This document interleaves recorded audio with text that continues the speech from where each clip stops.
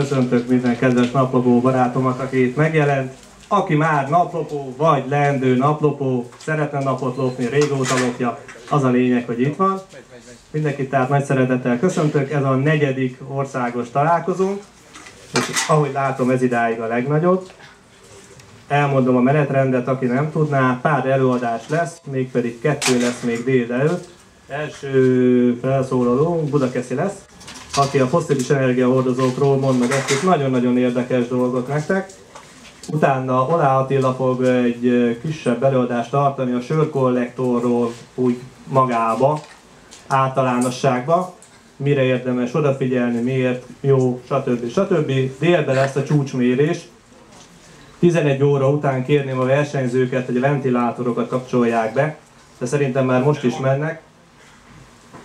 Mert a műanyagborítás meg fog olvadni, hogyha nem mennek a ventilátorok, úgyhogy célszerű bekapcsolni. Csúcsmérés 12-kor, déltől 1-ig ebédszünet, vagyis 1-től 2-ig ebédszünet, menet közben szabad programok lesznek, meg lehet nézni a többek között a vendégünk a Mátra Szolárnak a kiállított termékeit, valamint az egyéb házilag készült, ötletes és elmebeteg berendezéseket. Ebéd után, vagy ebédszünet után folytatódnak az előadások, hadidoki és a valamelyik általános iskola, tudnám fejből elmondanám, de még csak le sincs írva. Pusztaszeri. Azt mondom, a Pusztaszeri általános iskola és a hadidoki tartanak majd. Egy nagyon-nagyon érdekes előadás. Utána Antal 77 fog, egyébként nem Antalnak hívják, hanem János, ez csak beugratás.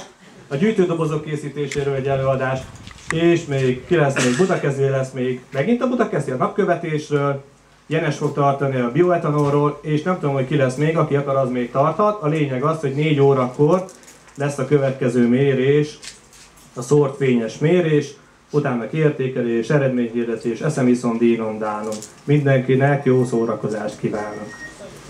Ja, és felkérném az első előadót, vegye fel a bakancsát és csoszogjon ide mellém, dr. Budakeszi.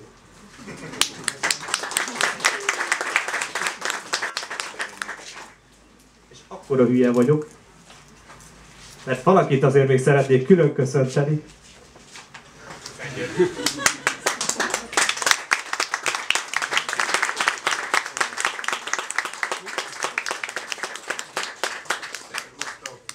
Először Solton találkoztunk, és amikor így a nagy nyilvánosságnak bemutatkoztam, könnyes lett a szemem, most is.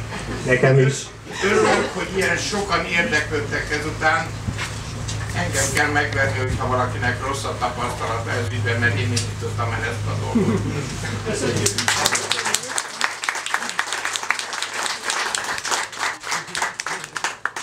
Szerintem csak melege van is.